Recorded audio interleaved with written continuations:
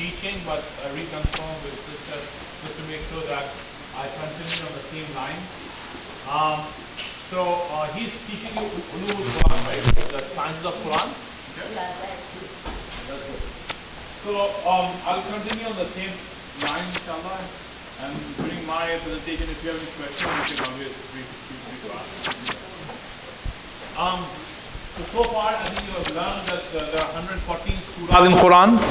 Okay, and some of them were revealed in Makkah, some of them were revealed in Medina, and some of them were revealed when Prophet was traveling. So those surahs that were revealed once he moved to Medina are called Madani surahs. Some of those Madani surahs were revealed to him when he was in Medina. Sometime he was traveling, and he was at some other places like Tabuk and Badr, and sometime even he received revelations from Allah in Makkah. But this is after migration. When he went for Hajj, he revealed some ayahs, he received some ayahs, but those ayahs are also called Madani because those revelations came after migration. Okay?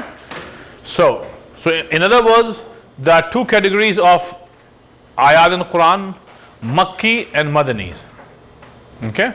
Now, most of the ayahs that Prophet Muhammad, may peace be upon him, received in Makkah are based upon three topics. Okay? One is Tawhid, second is Risala, and third is Akura. So these three topics are the one that Allah is talking about in those ayat and surah that Allah revealed to Prophet Muhammad in Makkah. Again, those three topics are Tawheed, meaning the oneness of Allah. Second is Risalat, the prophethood of Prophet Muhammad and the prophethood of other prophets. And the third topic is Akhirah, the life hereafter. Yeah. Why was this? Because in Makkah, the process of building the faith was in full swing. Okay? People were new to Islam, so Allah revealed ayat in Quran regarding Tawheed, Risalat and Akhirah so that their Iman could be strong. Because once the Iman is strong, faith is strong, then it becomes easy for you to practice upon the commandments.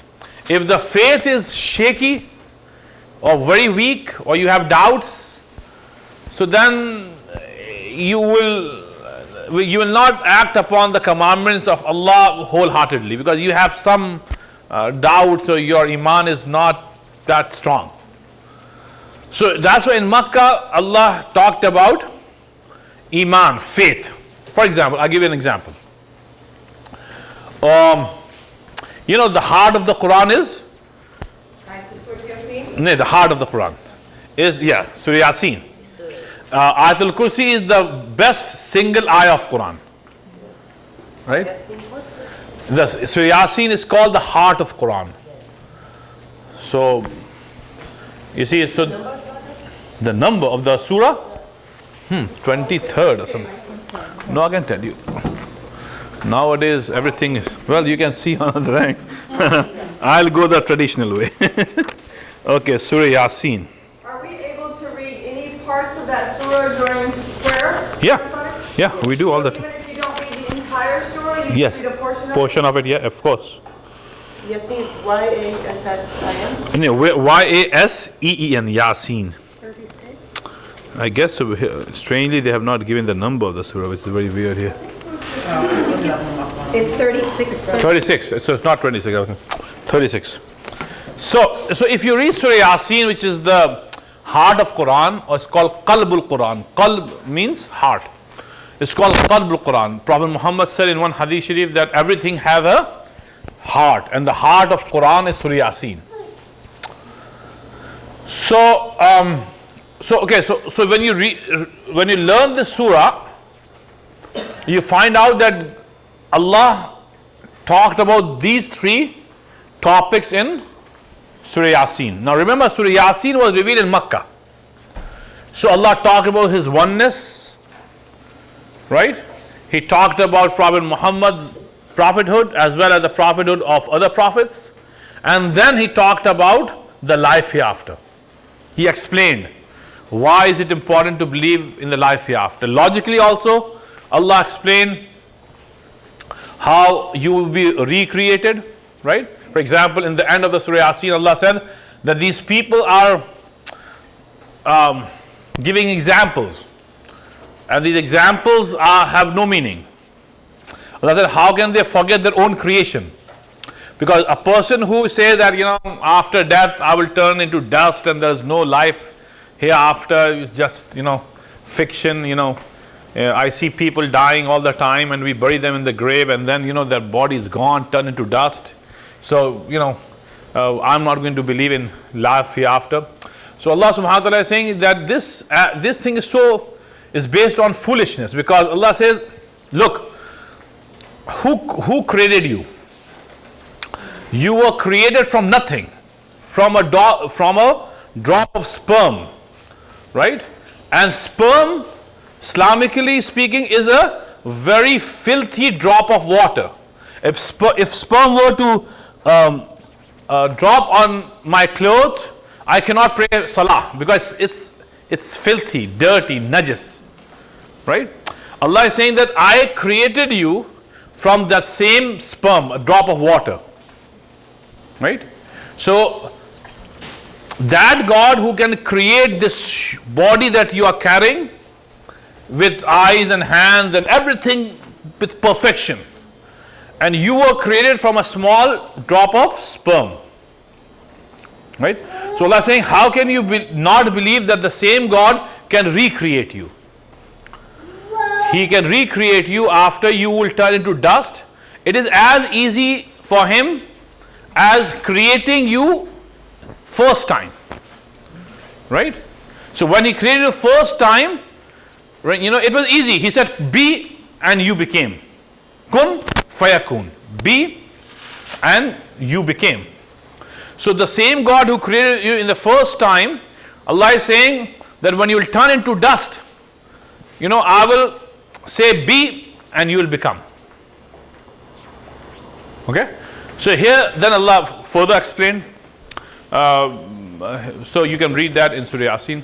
But what I'm trying to tell you is that the surah that were revealed in Makkah were all iman building, faith building surahs, right? So for example, Surah Al-Fatiha, right? Alhamdulillah Rabbil Alameen Ar-Rahman Ar-Rahim. I think all of you know that. So this surah was revealed in Makkah.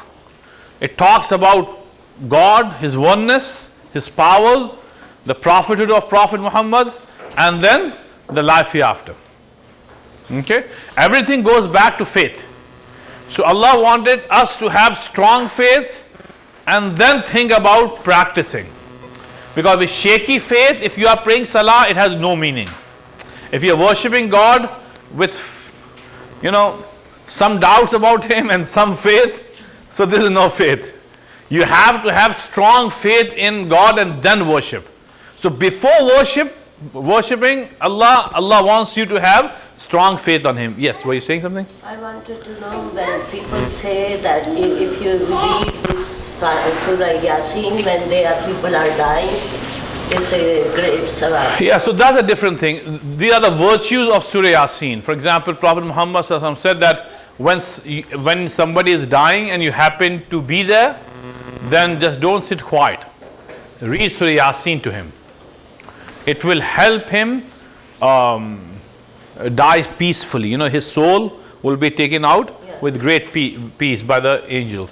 So that is we call the fadail of surahs. Fadail means the virtues. But the real purpose is the message of Quran. These are like side things. The real thing in the Quran is the message. Now when Rasulullah moved to Medina, now in Medina the surahs are primarily talking about dealings, your social life, your political life, and your business, your life inside your house as a wife, as a husband, your life outside the house as a community member, business. In Medina, Allah gave us a whole set of rules how to go about following Quran in your daily life. Okay, so the Madani Surah, for example, Surah Baqarah, the longest Surah of the Quran, right? The Surah Baqarah is Madani Surah. It was revealed in Medina. It talks about history, right? Or Jewish people, Christian people. Then it talks about Abraham and how he lived, how the Kaaba was made in Mecca. It talks about the faith of Christian and Jewish people, where they are at fault. It talks about Qibla, which way to pray Salah, how to pray Salah.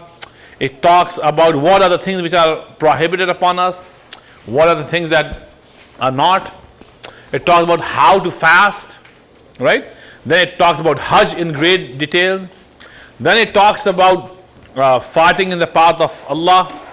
It talks about giving in the path of Allah. It talks about zakat, right? It talks about charity. And then finally it talks about why interest or usury is prohibited. It talks about giving loan to people. What is the correct way of giving loan? What is the correct way of marriage and all that. So our social aspects are covered in the surah that were revealed in Medina. Now, the point that I would like you to understand here is that Quran came according to the needs of the people. Okay? And so you will find that the rulings from God came at a certain pace. Or the whole book did not come all of a sudden. I mean, it didn't happen that Angel Gabriel came and he said, Muhammad, here's the book. Go read and propagate. No. Whenever there was a need, Allah would send Jibreel with the ayahs that will have the answer to those questions. Okay, so I think Imam Said gave you the example of drinking. So drinking was something which was very common among Arabs, and they were addicted to it. I mean, they will drink inside Haram of Makkah. They will be sitting there, the most sacred place, but they will drink. They will drink at their religious, they were all mushrik based traditions, but they will drink and then go to services. They will drink all the time. They were addictive, whether it's an occasion to celebrate or an occasion to grieve. They will always drink.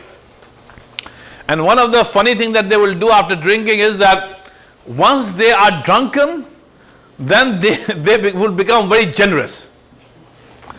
So whatever would be in their pocket, whoever will come, a beggar will come, they will just empty their pockets and will give to them. It's kind of funny. But Allah documented that in Quran. Allah said, well, drinking is evil, but there are some benefits of it as well. They should start drinking in Mecca, in Saudi Arabia. Yeah. Now, so people who became Muslim, many of them were drinking. So since they were so accustomed to drinking, so Allah did not prohibit drinking from day one. What Allah did was that Allah made it haram, or Allah prohibited it in 3 stages, right? The first stage is this ayah which was revealed, which is in the 5th chapter, in which Allah said, Ya ayyuhalladhina amanu idha qumtum la taqrabu as-salata wa antum sukara. What happened was that this ayah was revealed due to one incident. The incident was that a very prominent Sahabi was drunken, right? And he went to pray Salah. Now when he was praying Salah, instead of praising Allah, he started saying things which were rubbish. So another person who was standing next to him, who was not drunk, he felt bad. He said to him, why do you come to the mosque when you are drunken? He said, well, it's not prohibited so far. So Allah revealed the first ayah after this incident to Prophet ﷺ. Allah said, Ya ayyuhalladhina amanu, O those people who believe, La taqrabu salata wa antum sukara. Do not come to the masjid when you are drunken. Okay, so when this ayah was revealed, this verse was revealed, Sahaba got a message that drinking is not something good. That's why we cannot come to the masjid when we are drunken. So some Sahaba, some companions of Prophet Muhammad, they stopped drinking. They said, if it's not something good, I will not drink. But the rest of them kept on drinking. But they will not drink now when the time for prayer will come. Okay, but they will drink on other occasions. Then what happened was that after some time, Allah revealed the second ayah. The second is that يَسْأَلُونَ عَنِ الْخَمْرِ وَالْمَيْسِرِ قُلْ فِيهِمَا إِثْمٌ كَبِيرٌ وَمَنَافِعُ لِلنَّاسِ. Sahaba would come and they will ask Prophet Muhammad that, should we drink or should we not drink?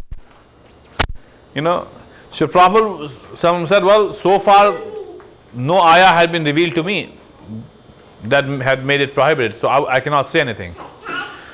So Allah said in this ayah that, okay Muhammad, when these people come to you and when they ask you about drinking, tell them that drinking and gambling, actually drinking and gambling in Quran are like two sisters. When you drink, you gamble. When you gamble, you drink. Like Las Vegas style, you drink and gamble, drink. So Allah said that both of them are evil things, gambling and drinking both. Then Allah said that, well, قُلْ فِيهِمَا إِثْمٌ كَبِيرٌ, the sin is big, right? وَمَنَافِعُ لِلنَّاسِ, but there's some benefit as well, and that is when you guys are drunken, you help poor people.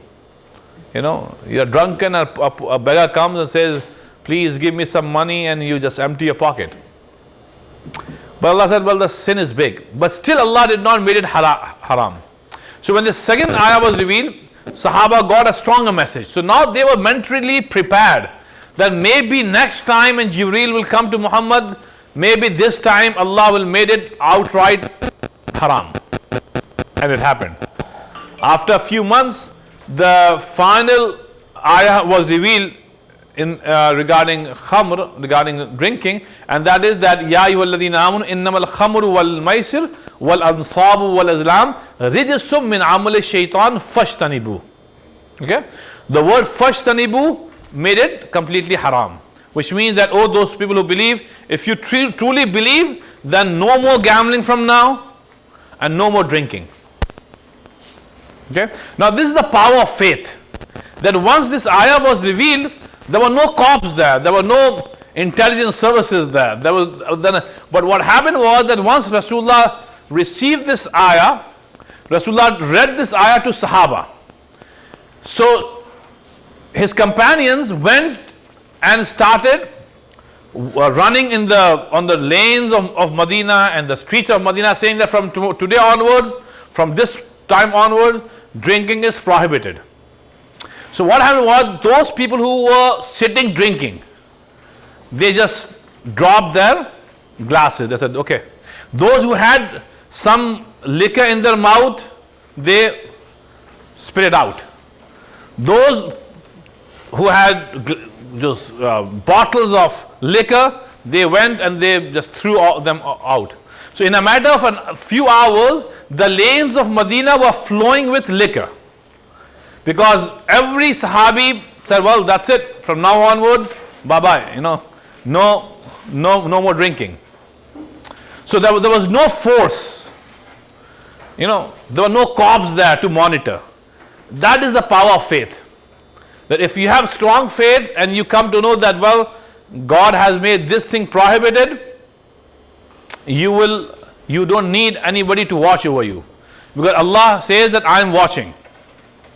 You see? So when Allah is watching and you have that faith, you will not commit sins deliberately. By mistakes, yes, you can do it, but deliberately you will not commit a sin. Why? Because God is watching over you. There is a surah in Quran which is called Surah Luqman. Have you heard that? Yes. Yeah? Now Luqman was not a prophet. He was a wise man. So it is said about him that when he was dying, he assembled his children. Right? So that's in the 21st chapter.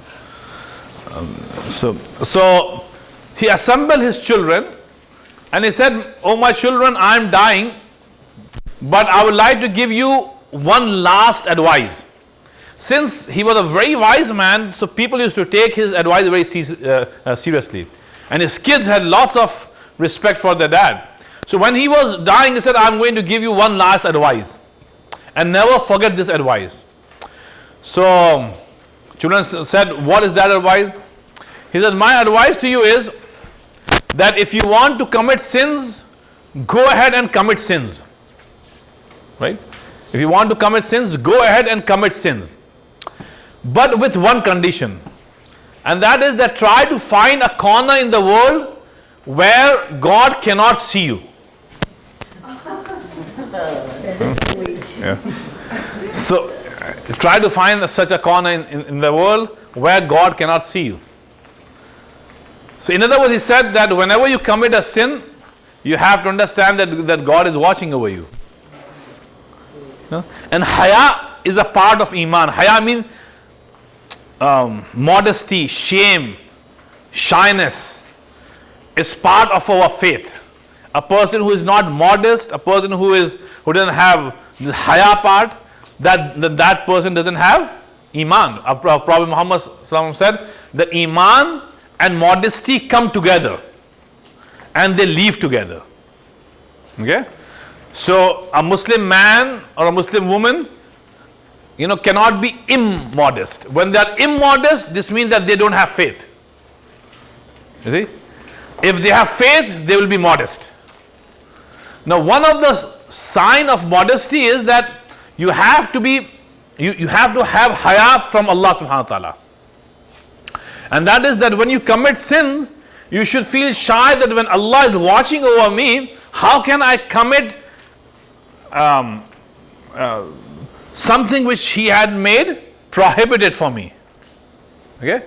Because we are walking on the earth that God created, we are drinking the water that God created, we are eating the food of God, and yet we are transgressing Him. So this should be the feeling which is based on haya, that God is watching and I'm doing this. See? So try, like Luqman said, try to find a corner where God cannot see you. So when iman is strong, faith is strong, then you do not need cops out there to control you. You do not need any intelligence to keep an eye on you. If you have that feeling that God is watching over you, so Allah said in Quran, Allah is Raqib. Raqib means He's always watching over you. Raqib means you can never run away from the knowledge of God. God is always looking over you. So one of the miracles of Prophet Muhammad's prophethood is that in 23 years of his prophethood, remember he was 40 years old when he became prophet, he was 63 years old when he left this world. In 23 years, and this is a very short period of time, he was able to transform the whole Arabian Peninsula. Same people who were doing shirk, they were worshipping hundreds of gods, the people who were living life of animals, worse than animals, as Allah in Quran said, "Ulaika kalan'am balhum adal," that these people were living life worse than animals. They had no respect for anybody, no respect for children, no respect for especially daughters. They would bury them alive. And drinking, gambling, all kind of sins they were committing. And they were doing this generations after generations, right? But in 23 years of time, Prophet Muhammad transformed them completely. That when he left, right, there was no shirk taking place. People had quit drinking. People had respect for women. This is why when Prophet Muhammad was leaving this world, have you ever read the last sermon of Prophet Muhammad? Yes. Yeah? Yes. You have read? It's beautiful. Beautiful, right? Sister, what was the second or the third sentence of Prophet Muhammad in that khutbah, or in that sermon? Take care of your women. Very good. See, he started his last, if you have not read his last sermon, I would say that you have missed a lot. I think you should go, first thing, you should go get it off internet. But from a good site, credible site, Go maybe on slam.org. Yeah, go and type on the search engine of slam.org the last sermon of Prophet Muhammad. You have it in the messages here. I have it in the I hung up there. Beautiful message. Okay, so he started that sermon. How much time I have? Imam Saik would be here 5 minutes. Okay, I'll cut it short because Imam Saik should be here. Yeah. Okay, he started the sermon. By the way, let me tell you this.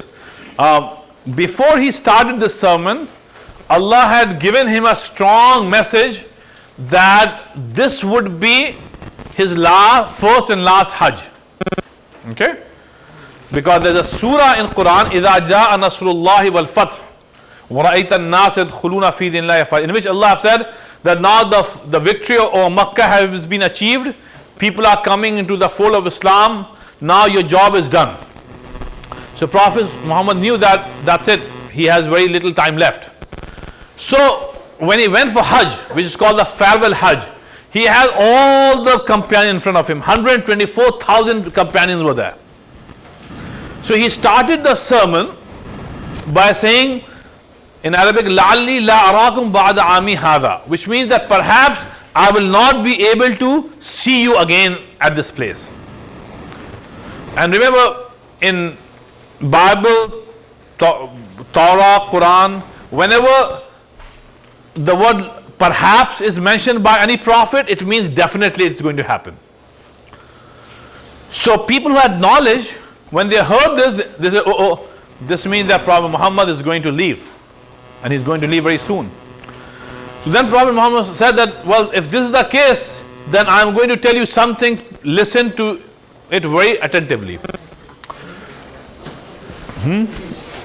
So one of the things that he said in that sermon was that you have to take care of women, because in Arabia at that time women had no status whatsoever. As a wife, as a sister, as mom, they had no, as daughter, they have no rights whatsoever. In 23 years, Rasulullah ﷺ championed the cause of women rights. Now he said that the best Muslim is that person who is the best husband. Okay? So if you can prove yourself to be a good husband, this means that you are the best Muslim. Okay? He said that the paradise lies beneath the feet of mother, which means that if you serve your mom, you'll go to paradise. Regarding daughter, he said that if you are blessed with a daughter, this is a big blessing. You take care of your daughter, you and me will be together in Jannah, in paradise, right? If you have a sister, Rasulullah said, if a sister is born, sister brings blessing to that household. So he transformed the thought process of Arabs. And now when he was giving the sermon, he had already worked on this mentality for nearly 23 years, because after this sermon he lived for only 82 more days. So nearly for 23 years he worked on it. So he said that I'm leaving, but I'm advising you that you should be very careful on how you are dealing with women.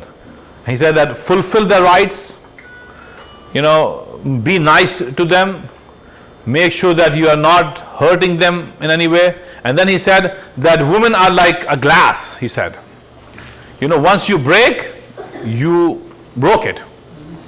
Okay? He said, do not let the glass break. Imam says, I just got a message from him. The traffic will not put him here until 12:45. Oh my God. So if you need to leave, it's fine, we'll break the class. I don't have to leave, but I have to confirm one thing from these. It's perfectly fine, we can just, we can all